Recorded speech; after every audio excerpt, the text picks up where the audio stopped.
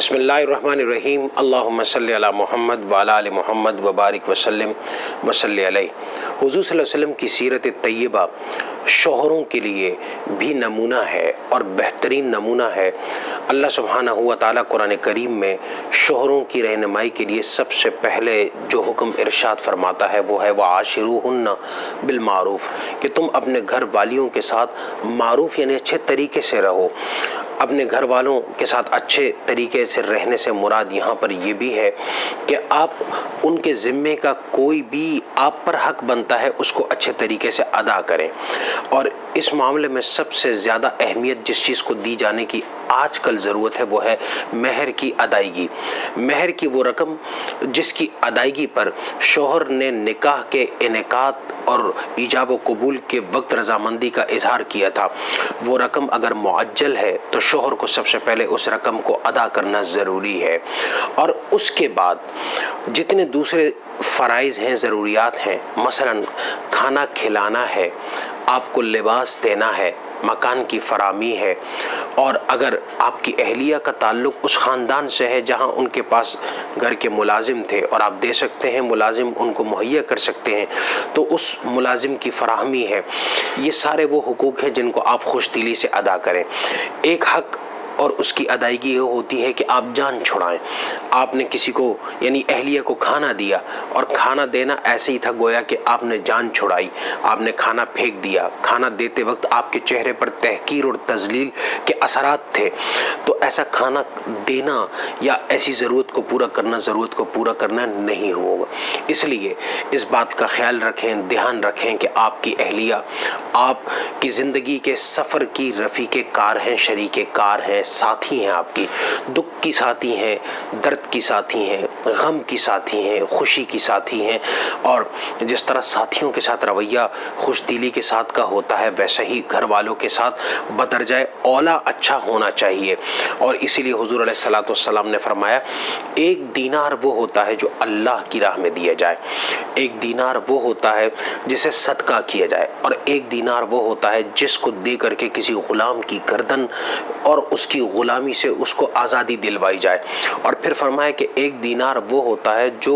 کوئی شخص اپنے گھر والوں کے اخراجات کی کفالت کے لیے ادا کرتا ہے، خرچ کرتا ہے۔ فرمایا سب سے بہترین دینار وہ ہے کہ جو گھر والوں پر خرچہ کیا گیا۔ کسی صحابی نے پوچھا، اللہ کے رسول صلی اللہ علیہ وسلم، اگر میں اپنی اہلیہ کے منہ میں لقمہ دوں تو کیا یہ بھی نیکی ہے؟ آپ نے فرمایا ہاں، یہ بھی صدقہ ہے، اس لیے کہ اگر یہی عمل تو کسی اور کے ساتھ کرتا تو گناہ ہوتا۔ اس لیے کبھی اپنے گھر والوں سے بدگمانی مت پیدا ہونے دیں۔ یہ بدگمانی وہ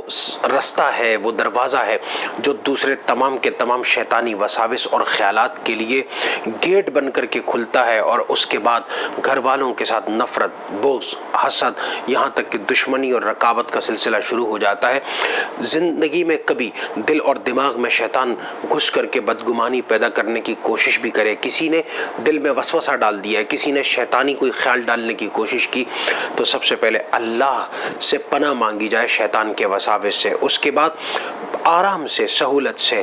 تحقیق کر لی جائے، اس کے بعد اطمینان کر لیا جائے۔ اگر کوئی بات ثابت بھی ہوتی ہے تو اس کو خوش اسلوبی سے طے کرنے کی کوشش کی جائے، اور نہ ہو تو ایسا کوئی رویہ اختیار نہیں کرنا چاہیے جس طرح دشمنوں کے ساتھ کیا جاتا ہے، اور اس کے بعد مرنے مارنے کی بات ہو جائے، طلاق کی نوبتیں آ جائیں، کیونکہ اللہ کی نگاہ میں سب سے زیادہ حلال چیزوں میں ناپسندیدہ ترین عمل طلاق کا ہے، کہ اگر آپ صرف اپنے ظن، تخمینے، اٹکل پچو اور وسوسے کی بنیاد کے اوپر گھر والوں کے ساتھ جدائی کا معاملہ کرتے ہیں تو یہ اللہ کو نہایت نامحبوب ہے، مبغوض ہے، ناپسندیدہ ہے۔ اس لیے اس سے گریز کیا جانا چاہیے۔ گھر والوں کی کسی عادت کو پسند نہ کریں تو ان کی ان عادتوں کے اوپر نگاہ رکھیں جو آپ کو پسند ہوں۔